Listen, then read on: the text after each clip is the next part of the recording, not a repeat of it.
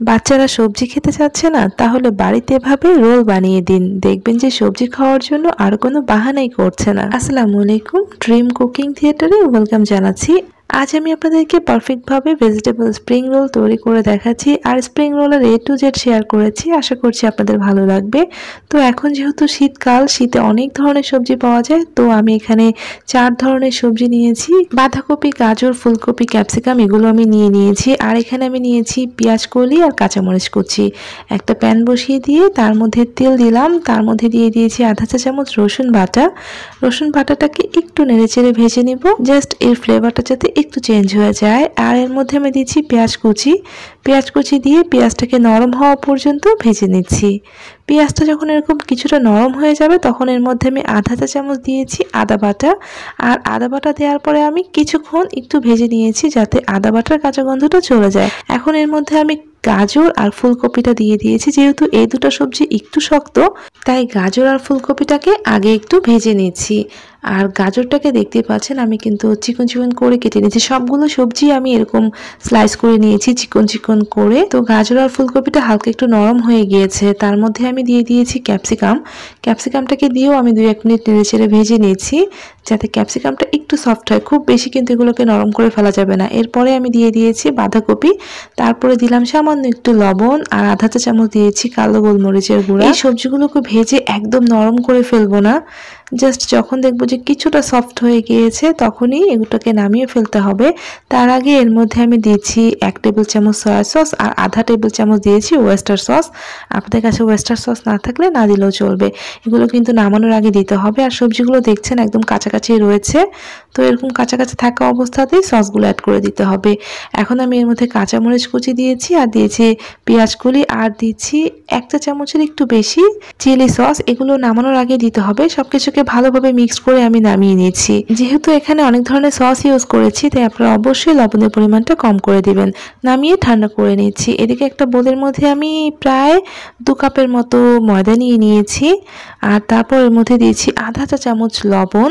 আর লবণ দেওয়ার পরে ময়দাটাকে খুব ভালো করে মিক্সড করে নিচ্ছি, যাতে লবণটা ময়দার সাথে ভালোভাবে মিক্সড হয়ে যায়। এখন এর মধ্যে আমি পানি ইউজ করছি, অল্প অল্প করে পানি দিয়ে আমি একটা খামির তৈরি করছি। আর খামিরটা আমরা যেভাবে পরোটার জন্য খামির তৈরি করি ঠিক সেভাবে তৈরি করতে হবে। তাই আমি অল্প অল্প করে পানি দিয়ে খামিরটা তৈরি করে নিচ্ছি, যাতে খামিরটা নরম না হয়ে যায়। খুব ভালো করে মথে নিচ্ছি। খামিরটা খুব ভালো করে মথে নেওয়া হয়ে গিয়েছে। আমি এখন ঢেকে রেখে দিব 15 মিনিটের মতো। 15 মিনিটের জন্য ঢেকে রেখে দিয়েছিলাম। এখন 15 মিনিট হয়ে গিয়েছে, ঢাকনাটা খুলে নিচ্ছি, এতে করে ডোটা আরেকটু সফট হয়ে যায়। তো আমি খামিরটাকে একটা বোর্ডের মধ্যে তুলে নিচ্ছি। এখানে কিন্তু আমি কোনো ধরনের তেল ইউজ করিনি। খামিরটাকে আমি একটা লম্বা রোল করে তৈরি করে নিচ্ছি। এর থেকে আমি ছোট ছোট খামির কেটে নিব। আমি ছোট ছোট করে খামির কেটে নিচ্ছি। এর থেকে আমি 6 পিস খামির কেটে নিয়েছি ছোট ছোট করে। আর এগুলোকে আমি লেচি করে করে একটু ফ্ল্যাট করে নিচ্ছি হাত দিয়ে। তো সবগুলোকে প্রথমে আমি এরকম ছোট ছোট করে লেচি করে নিয়েছি। এরপর একটা লেচি নিয়ে এই লেচিটাকে আমি এভাবে একটু ফ্ল্যাট করে নিচ্ছি, একটু বড় করে নিচ্ছি। দেখতে পাচ্ছেন সবগুলোকে আমি এভাবে হাত দিয়ে সমান করে একটু বড় করে নিয়েছি। সবগুলোকে এভাবে করে নিয়েছি। এখন আমি এগুলোর মধ্যে তেল অ্যাড করে দিয়েছি। দেখেন বেশ অনেকটা পরিমাণে তেল দিয়েছি, আর তেল দিয়ে পুরো এই ছোট ছোট খামিরগুলোর মধ্যে খুব ভালো করে লাগিয়ে নিয়েছি। বেশ অনেকটা পরিমাণে তেল দিয়েই পুরো এই খামিরগুলোর মধ্যে লাগিয়ে নিয়েছি। আর সবগুলোর মধ্যে এভাবে লাগিয়ে নিয়ে একটার পর একটা এখন আমি সেট করে নিব। প্রথমে একটা সেট করে নিয়েছি, তারপরে আরও একটা খামির আমি সমান করে সেট করে নিলাম। আর প্রত্যেকটাকে আমি একটার উপরে একটা এভাবে সেট করে নিব। 6টা খামিরকে আমি একসাথে করে নিচ্ছি। আর তেলের পরিমাণটা নিশ্চয়ই বুঝতে পারছেন, বেশ ভালো পরিমাণে তেল দিয়ে আমি পুরো গায়ের মধ্যে লাগিয়ে নিয়েছি। আর কিন্তু এখানে আমি কিছুই দিইনি, 6টা খামির আমি একসাথে করে নিয়েছি। আর হাত দিয়ে ভালোভাবে চেপে নিচ্ছি, খুব ভালো করে চেপে নিচ্ছি, তাহলে এগুলো সেট হয়ে যাবে। তারপর একটা বেলনা দিয়ে আমি এরকম চেপে চেপে একটা বড় সাইজের রুটি বেলে নিব। তবে খুব বড় না, রুটিটা যাতে কোনোভাবে পাতলা না হয়। এভাবে একটু চেপে চেপে নিলে দেখবেন যে খুব সহজে তৈরি করে নেওয়া যাচ্ছে। সামান্য একটু ময়দা ছড়িয়ে দিচ্ছি, যাতে বেলে নিতে সুবিধা হয়। যেহেতু অনেকটা তেল ইউজ করেছি, এগুলো একটু সরে সরে যাচ্ছে, তাই আমি সামান্য একটু ময়দা ছড়িয়ে দিয়েছি। একবার ছড়িয়ে দিলে হয়ে যায়। আর বেশ বড় করে একটা রুটি বেলে নিয়েছি, তবে খুব বেশি বড় করবে না, তাহলে কিন্তু ভেতরের দিকে রুটিটা পাতলা হয়ে যাবে। বেশি পাতলা হলে দেখা যাবে যে খুলে নেওয়ার সময় এগুলো ছিঁড়ে যাচ্ছে। তো আমি একটা রুটি বেলে নিলাম এই বোর্ডের সমান করেই। এখন আমি চুলায় তাওয়া বসিয়ে দিয়েছি। সেই তাওয়ার মধ্যে রুটিটাকে সেকার জন্য দিয়ে দিলাম। অবশ্যই চুলার আঁচটা কমিয়ে রাখতে হবে, বাড়িয়ে দেওয়া যাবে না। আর কয়েক সেকেন্ড পর পরই রুটিটাকে উল্টে পাল্টে দিতে হবে। যখনই রুটির কাঁচা যে রংটা রয়েছে সেটা চলে যাবে তখনই নামিয়ে নিতে হবে। আর যে জায়গাগুলো দেখেন এরকম সাদা সাদা রয়েছে সেগুলোকে আমি হাত দিয়ে উল্টে পাল্টে এভাবে ভেজে নিচ্ছি। চুলার আঁচটা বুঝতে পারছেন অনেক কম রয়েছে, যাতে আমি হাত দিয়ে এভাবে ধরতে পারছি, তার মানে রুটিটা খুব বেশি গরম হয়নি। তো এভাবে অল্প আঁচে সেঁকে নিতে হবে। যখনই পুরো রুটিটার কালার একদমই এরকম শুকনো শুকনো হয়ে আসবে তখনই নামিয়ে নিতে হবে। এখন কিন্তু আর সাদা সাদা ভাবটা নেই, এটা কিন্তু ভাজা ভাব চলে আসতেছে, তাই বেশি ভাজা যাবে না। যখনই কালারটা এরকম চেঞ্জ হয়ে যাবে তখনই পুরো রুটিটাকে নামিয়ে নিতে হবে। আর একটু সামান্য ঠান্ডা করতে হবে, খুব বেশি না, হালকা একটু ঠান্ডা করে রুটিগুলোকে ছাড়িয়ে নিতে হবে। মানে গরম অবস্থাতেও ছাড়াতে পারেন, আবার হালকা ঠান্ডা করেও ছাড়িয়ে নিতে পারেন। তো খুব সাবধানে ছাড়িয়ে নিতে হবে। আর দেখতে পাচ্ছেন আমি কিন্তু দু হাতের সাহায্যে ছাড়িয়ে নিচ্ছি, যেহেতু ভিতরের দিকে রুটিটা পাতলা হয়ে থাকে তাই খুব সাবধানে ছাড়িয়ে নেবেন। আর এগুলো কিন্তু খুব সহজেই তুলে নেওয়া যায়। এখন যেহেতু অনেক গরম রয়েছে, যখন এটা কিছুটা ঠান্ডা হয়ে যায় তখন এমনিতে এগুলো উঠে আসে। দেখেন স্প্রিং রোলের শিটগুলো কিন্তু তৈরি হয়ে গিয়েছে, কতটা পাতলা হয়েছে। এটা ভিতরের দিকে রুটি তাই এগুলো অনেক বেশি পাতলা হবে। আর আমি সবগুলো কিন্তু এভাবে ছাড়িয়ে নিয়েছি।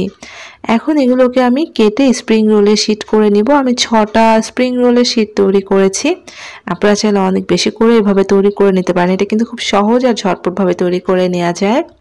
তো আমি একটা স্কেলের সাহায্যে সাইডগুলো কেটে নিচ্ছি। আপনারা খুব এমনিতেই এগুলো কেটে নিতে পারেন। 4 কোণা করে সাইডের অংশগুলোকে কেটে সরিয়ে ফেলছি।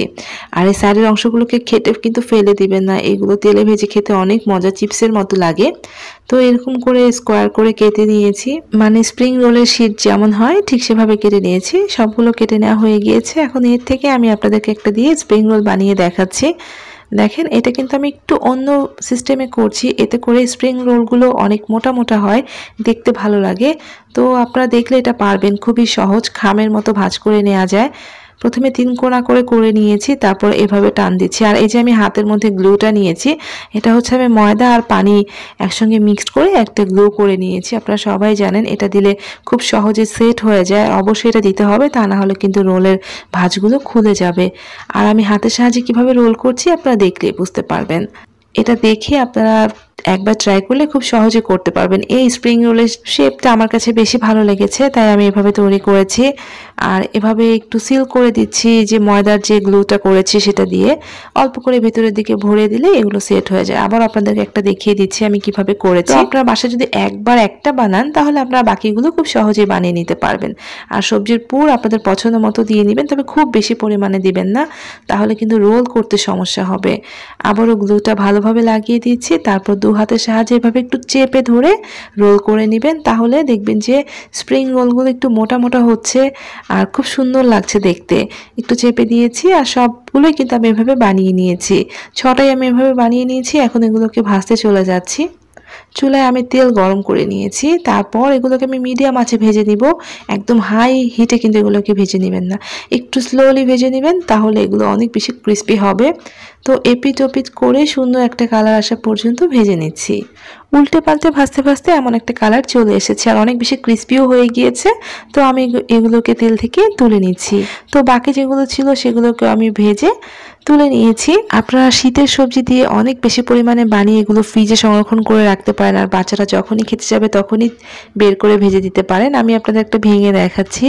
শীতের সবজিতে এমনিতেই প্রচুর ভিটামিনস থাকে আর বাচ্চারাও খেতে চায় না, আপনারা এভাবে কিন্তু বাচ্চাদের তৈরি করে দিতে পারবেন। বাচ্চারা মজা করেই ভেজিটেবল খেয়ে নেবে, কোনো ধরনের বাহানাই করবে না। আর এই ধরনের স্প্রিং রোল তো বাচ্চা কেন, বাচ্চা থেকে বড় সবাই খেতে অনেক পছন্দ করবে। তো রেসিপিটা ভালো লাগলে লাইক দিতে ভুলবেন না। আর এমন আরো রেসিপি পাওয়ার জন্য প্লিজ চ্যানেলটাকে সাবস্ক্রাইব করে আমার সাথেই থাকবেন। সবাই ভালো থাকবেন। আল্লাহ হাফেজ।